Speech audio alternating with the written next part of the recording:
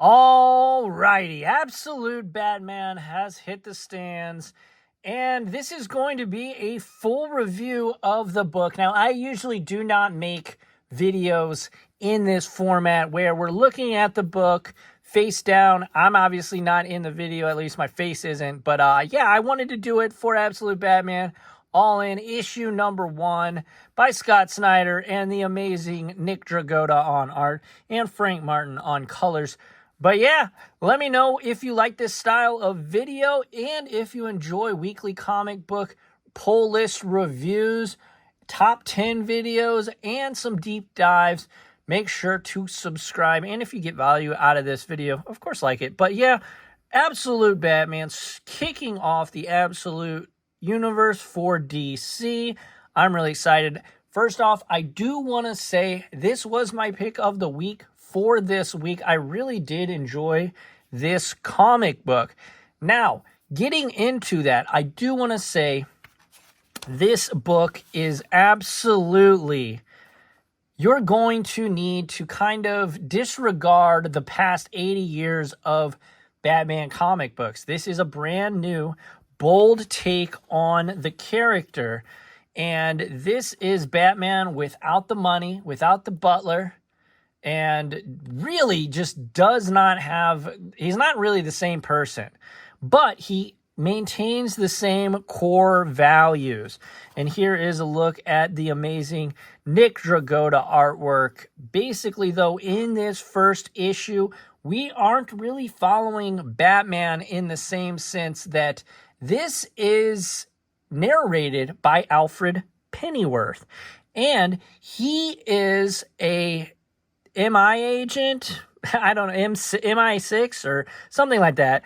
I can't remember the exact name of the organization that he works for, but he is returning to Gotham for the first time in a long time. And he isn't the butler that we all know and love. And as you can see, we have some glimpses of the Batman, the brand new Batman. But Pennyworth is in Gotham, and he is to look at and understand the new crime wave that is also going on in this universe inside of Gotham.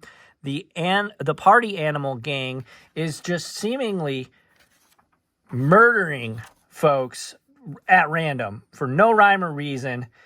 But yeah, we do cut here to Bruce Wayne, who is this hulking, gigantic, 7-foot something, just menacing character. And yeah, he is just an absolute beast. Now, he wasn't raised by, well, he was raised by the same parents, but he was not, of course, a billionaire, and he wasn't born into the generational wealth. Instead, he was born in Crime Alley, and thus he has a lot of the friends that you would expect that would have grown up in Crime Alley, such as folks named Ozzy, Eddie, Harvey, and Selina. So obviously we can take some giant leaps, maybe not so giant leaps, but yeah, we understand who those folks are, as he was in the gym, hitting the boxing bag, hitting the heavy bag a little bit. And then we cut to the Black Mask, and he is the person who is basically the head of the party animal gang, and he's having a conversation with Maroni and Falcone, and he's showing off these death masks, and all of a sudden, as you see, bada bing, bada boom, we see knives to the eyes, and then the other one getting choked out. And then we cut straight to Batman, who is putting on the mask. You have Mayor Gordon here talking about crime, and of course the citizens and the reporters are questioning, why haven't we done anything about the party animal gang? All of a sudden, ta-ting, ta-ting, bang, and the party animal gang is here and attacking this press conference. So everybody down. Of course, the selfless person that Jim Gordon always is. And he was a cop. It does reference him being a cop before he got into politics. So you can check that out there. Him telling his daughter, she's like, Dad, Barbara, just get everyone out of here now. So then, of course, they bust in the door, and here comes Batman. And I love this splash panel here that we have of just Nick Dragotta, just doing Nick Dragotta things. And we do have Alfred Pennyworth, who is on reconnaissance. He was told to not engage with the party animal gang, but if he sees, quote, the other one, to engage. He does hold off, and we get into an awesome fight scene of Batman just absolutely using some awesome tech. That's the thing with Bruce Wayne in this universe. He is an engineer. So he has his entire bat suit is teched out. He walks on his cape like an actual bat would walk on their wings. He uses it. It's some kind of exoskeleton, but he's just kicking the crap out of the bad guys here. And then we do see this big baddie right here who's almost as big as Bruce is. And keep in mind, again, Bruce in this universe is hulking. He's 7 foot tall. But as you see, he gets here, pulls out this stick, and shunk. I love the onomatopoeias, of course, in comic books that we get. Shunk. His bat symbol turns into an axe, which is just awesome. And he cuts off this big dude's arm and says, basically, you have two options here. I can kick the crap out of you, or you can go to the hospital. And he detonates a bomb here, a non-lethal bomb. But Pennyworth here, still watching from a rooftop across the street, notes, okay, so he's very, very tactical, and he knows what he's doing. He's trying not to kill. So that is something, to me, that they are keeping. Bruce Wayne does not kill. That I was really, really concerned with coming into this new Absolute universe. If Bruce Wayne kills, you can change his origin, you can change whatever, but if Bruce Wayne kills, that's not even, you don't even call it Batman at that point. But thankfully, Batman does not kill in this universe. Then finally, Alfred comes in to engage, has this shotgun, and he says, before you even blink, I could have you dead. And then, of course, Batman being Batman, kicks him, catches the gun midair and said, sounds dangerous. And then we immediately cut to Bruce.